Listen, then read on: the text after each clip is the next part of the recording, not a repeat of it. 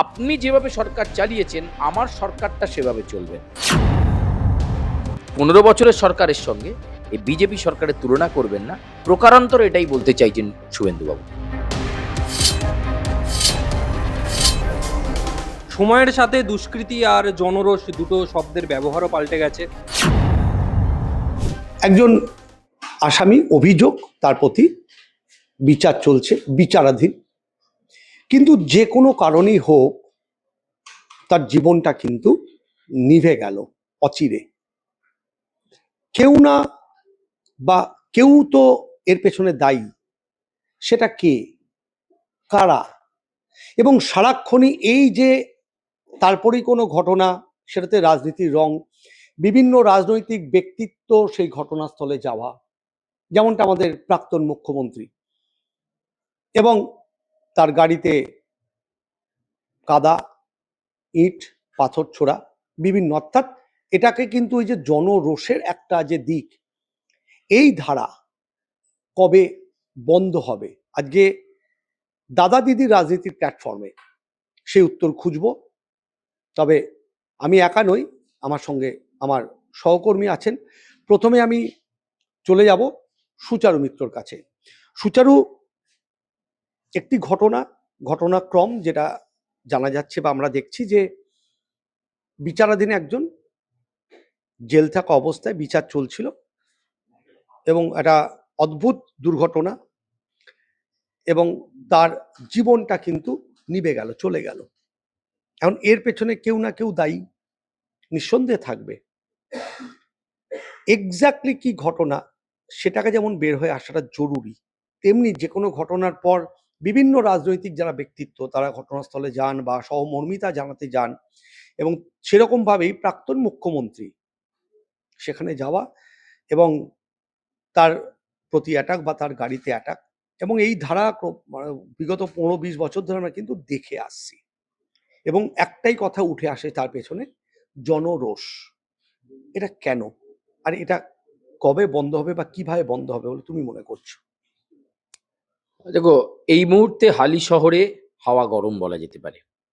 কারণ গতকাল রাজ্যের প্রাক্তন মুখ্যমন্ত্রী যাওয়ার পরেই আজকে একদম ঘটনাস্থলে পৌঁছে গেছেন রাজ্যের বর্তমান মুখ্যমন্ত্রী শুভেন্দু অধিকারী। তার স্টেটমেন্টটা যশবন্ত অত্যন্ত গুরুত্বপূর্ণ। তিনি বললেন যে আপনাকে আগে রাজধর্ম বুঝতে হবে, সিস্টেম বুঝতে হবে, আইন বুঝতে হবে, এবং আপনি এবার থেকে কোথাও গেলে আগে থেকে জানিয়ে যাবেন। বর্তমান মুখ্যমন্ত্রী শুভেন্দু অধিকারী বার্তা দিচ্ছেন কাকে? প্রাক্তন মুখ্যমন্ত্রী মমতা বন্দ্যোপাধ্যায়কে।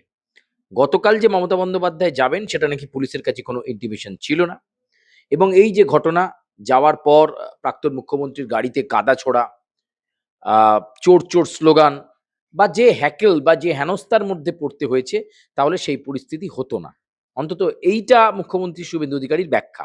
দ্বিতীয়, তিনি বলছেন একবার মনে করে দেখুন, 15 বছরে 315 জন বিজেপি কর্মীর জীবনদীপ নিভে গেছে। তখন কোথায় ছিলেন? তখন তো আপনি রাজ্যের মুখ্যমন্ত্রী ছিলেন। তখন আপনি কোথায় ছিলেন? 315 জন বিজেপি কর্মীর পরিবার দুর্দিনের সঙ্গে কাটিয়েছে। বিজেপি অতীতে তাদেরকে স্মরণে রেখে শহীদ তর্পণ করেছে, কিন্তু একবারের জন্য তৎকালীন মুখ্যমন্ত্রী এই সমস্ত পরিবারগুলোর পাশে গিয়ে দাঁড়াননি। তার কারণ, তাদের পরিবারের সদস্যরা ভারতীয় জনতা পার্টি করত বলে। এই ব্যাখ্যাটাকে রাখলেন শুভেন্দু অধিকারী, যে 15 বছরে আপনি 315 জনকে হাওয়া করে দিয়েছেন, ভ্যানিশ হয়ে গেছে, তাদের জীবন দ্বীপ নিভে গেছে। আর আজকে হালি শহরের যে ঘটনা ঘটেছে, সে ঘটনা নিয়ে নিন্দা প্রকাশ করেছেন শুভেন্দু অধিকারী, এবং মুখ্যমন্ত্রী বলেছেন প্রাক্তন মুখ্যমন্ত্রীর উপরও যারা হামলা করেছে, নিশ্চয়ই পুলিশ প্রশাসন তার উপর নজর রাখছে।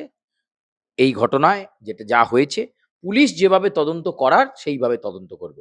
এমনিতেই যশবন্তদা পুলিশকে ফ্রি হ্যান্ড দিয়েছেন রাজ্যের বর্তমান মুখ্যমন্ত্রী শুভেন্দু অধিকারী। তিনি বলেছেন এক্ষেত্রে পুলিশ প্রশাসন যা করার তাই করবেন, কিন্তু মমতা বন্দ্যোপাধ্যায়কে বলবো আগামী দিনে আপনি কোথাও গেলে আগে থেকে ইন্টিমেশন দেবেন, আগে থেকে জানাবেন। এটা আইনের শাসন চলছে, এখানে মানুষের সরকার চলছে, এখানে সিস্টেম মেনে চলতে হবে। অর্থাৎ কোথাও না কোথাও রাজনীতির পাঠ প্রাক্তন মুখ্যমন্ত্রীকে শেখালেন বর্তমান মুখ্যমন্ত্রী। কোথাও না কোথাও তিনি বোঝালেন যে আপনি যেভাবে সরকার চালিয়েছেন আমার সরকারটা সেভাবে চলবে না, সিস্টেমেটিক্যালি চলছে।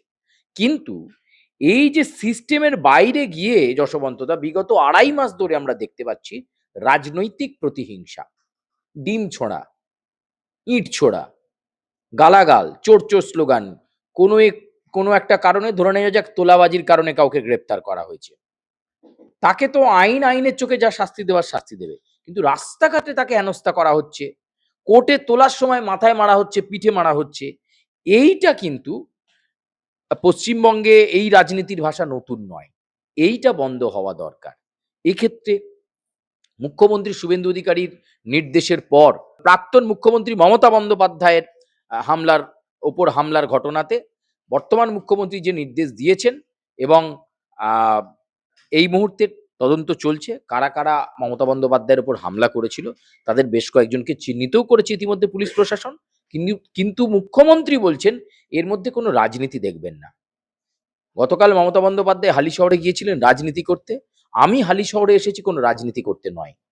আমি আগেই বলেছি যে কোনো ঘটনায়, যে কোনো রহস্যজনক ঘটনায়, যে কোনো বিতর্কিত ঘটনায় পুলিশ তার অ্যাকশন টেকেন কি নিচ্ছে, কি ভূমিকা নিচ্ছে, তাতে আমিও হস্তক্ষেপ করব না। এক্ষেত্রে আবারও মুখ্যমন্ত্রী শুভেন্দু অধিকারী প্রমাণ করে দিলেন যে হালিশহরের ঘটনায় সেখানকার স্থানীয় পুলিশ প্রশাসন সিদ্ধান্ত নেবে কাকে গ্রেপ্তার করবে, কাকে করবে না, কাকে ছেড়ে রাখবে কি রাখবে না, সে বিজেপির হোক বা অন্য দলের হোক।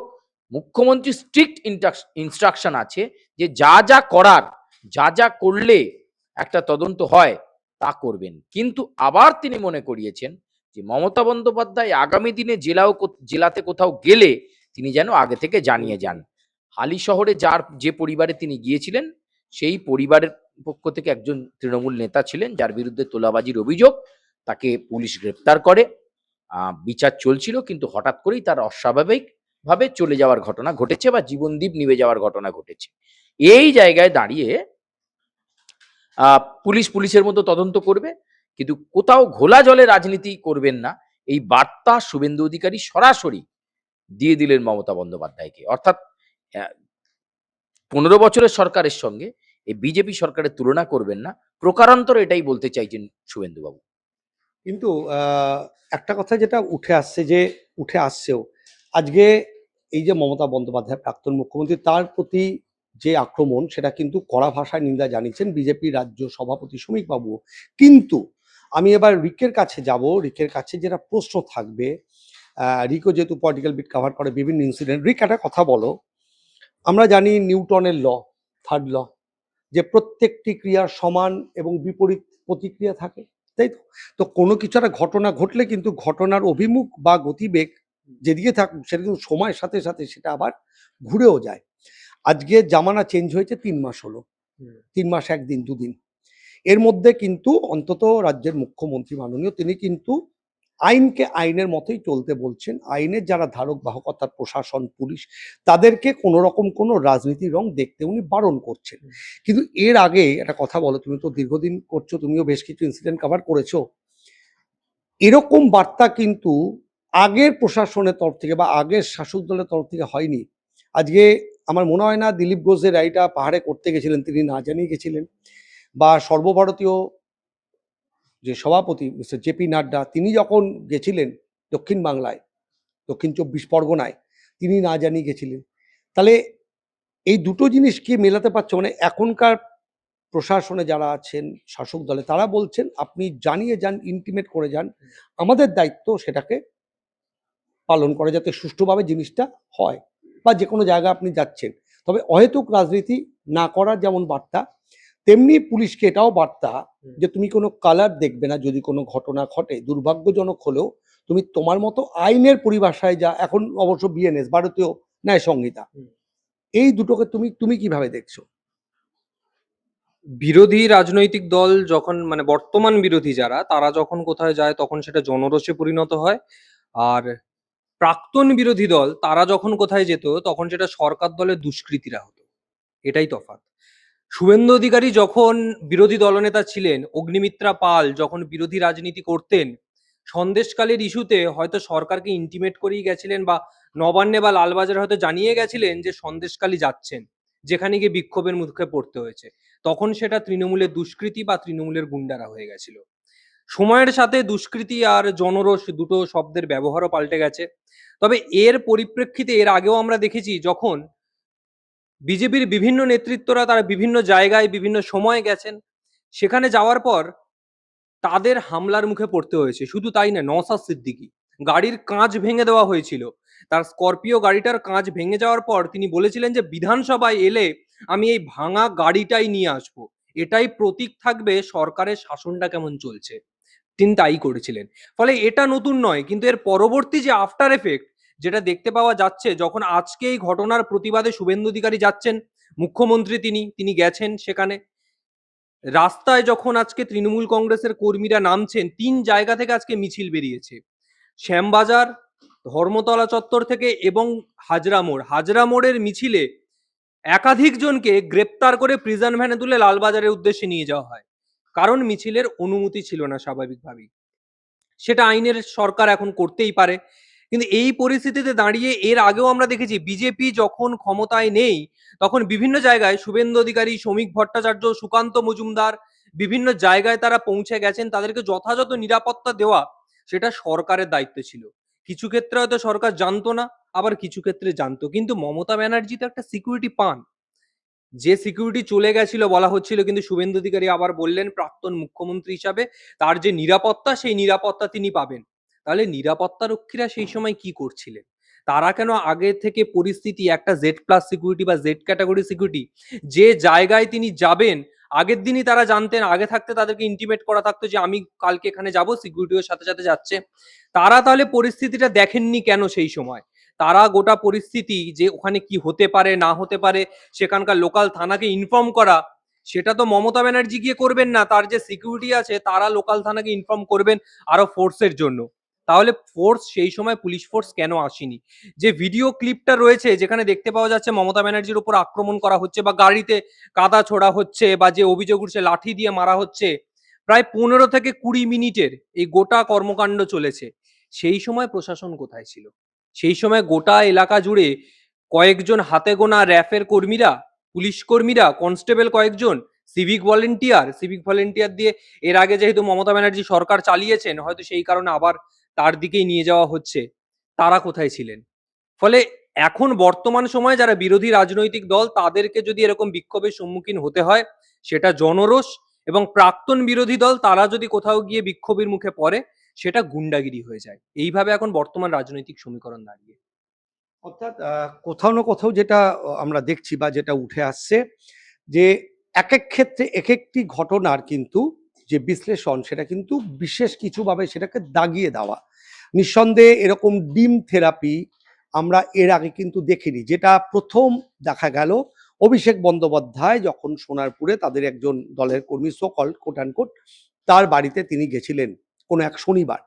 সেই শনিবার থেকে শুরু যে ডিম থেরাপি, এই ডিম থেরাপি কিন্তু গোটা বাংলায় আস্তে আস্তে দাবানলের মতো ছড়িয়ে পড়লো। এখন যে যেভাবেই আক্রমণ হচ্ছেন বা প্রতিহত হচ্ছেন বা অভিযোগ, সে পঞ্চায়েত হোক, ব্লক হোক, বা শীর্ষ কোনো নেতা হোক, বা কোনো এক্স এমএলএ হোক, সব জায়গায় কিন্তু ডিম থেরাপি, জনরোষ।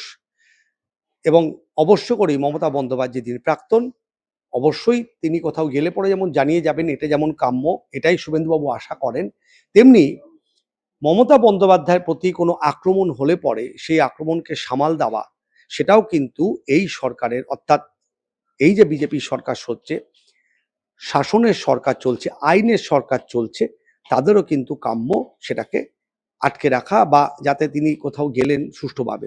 তবে অহেতুক শুভেন্দুর যে বার্তা, যে কোনো বিষয়তেই রাজনীতির রং না লাগানো হয়, এটা তিনি চাইছেন একজন মুখ্যমন্ত্রী হিসেবে, এবং সেই বার্তায় তিনি কিন্তু তার একদা প্রাক্তন মুখ্যমন্ত্রীকে তিনি সেই পাঠ দিতে চেয়েছেন। তবে এর শেষ কোথায়, সেটা আমার কাছে উত্তর নেই, আপনাদের কাছে উত্তর নেই, সময়ের কাছে উত্তর আছে। তবে আমরাও দেখতে চাই যে এই যে ঘটনা বারবার উঠে আসছে পশ্চিমবঙ্গের রাজনীতিতে, এই ঘটনার শেষ কোথায়, শেষ কবে, আমাদের লক্ষ্য থাকবে সেদিকে। আর আপনারা দেখতে থাকবেন দাদা দিদির রাজনীতি। আজ এ পর্যন্তই। আবার পরবর্তী কোনো এপিসোডে আপনাদের সঙ্গে দেখা হবে। সঙ্গে আমি রয়েছি যশবন্ত। ভালো থাকবেন, নমস্কার।